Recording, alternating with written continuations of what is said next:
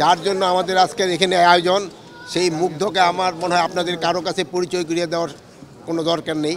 আপনারা সবাই তারা চিনেন, তার কন্ট্রিবিউশন এই দেশের জন্য আপনারা সবাই সবসময় মনে রাখবেন। তার এই স্মৃতির জন্য আমাদের এই এপিবিএন ব্যাটালিয়নের এলাকায় তার একটা অফিস, যে অফিসে বসে তিনি অফিস করতেন, ওইটার কাজকে উদ্বোধন করা হলো এবং তার নামে এই স্কুলে একটা গেট প্রতিষ্ঠা করা হলো। আপনারা সবাই মুগ্ধর জন্য দোয়া করবেন, আল্লাহ যেন এর ব্যস্ত নসিব করে। এরা কিন্তু সবাই শহীদের মর্যাদা পেয়েছে, এরা কিন্তু সবাই শহীদ হয়েছে।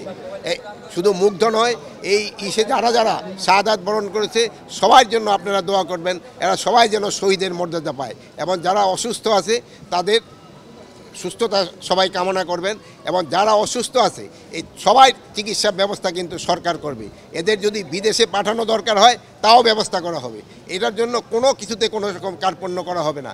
বিদেশ থেকে ডাক্তার আনা হবে, তারাও যদি কেউ সাজেস্ট করে যে এই এদের কাউকে বিদেশে নিয়ে যাওয়া দরকার, তাকে বিদেশে নিয়ে যাওয়া হবে। বর্ডারের নিরাপত্তা ব্যবস্থা জোরদার করা হচ্ছে, বা যারা পালিয়ে গেছে তারা হলো 5, 6, 7 এই 3 দিনই সবচেয়ে বেশি পালিয়ে গেছে। এখন কিন্তু পালানোটা তাদের জন্য বেশ দূর হয়ে গেছে।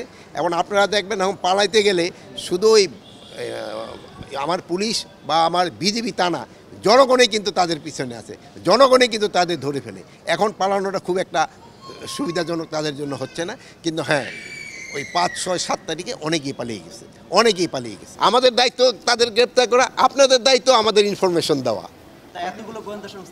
আমরা গোয়েন্দা সংস্থা কাজ করছে, আপনারাও তো অনেক সময় জার্নালিজম করেন না, ওই যে এটা কি বলে জানি ইনভেস্টিগেশন জার্নালিজম, ওটাও করবেন আপনারা। আপনারাও জানলে তাদের কাউকে ছাড়া হবে না, জানলে কেউ ছাড়া পাবে না। আপনারা ইনভেস্টিগেশন জার্নালিজম করেন, আপনারা কাইন্ডলি আমাদের 2 একটা ইনফরমেশন দেন। আপনার যদি এই জন্য যদি আপনাদের কিছু খরচ হয় আমরা ওটাও বিয়ার করবো।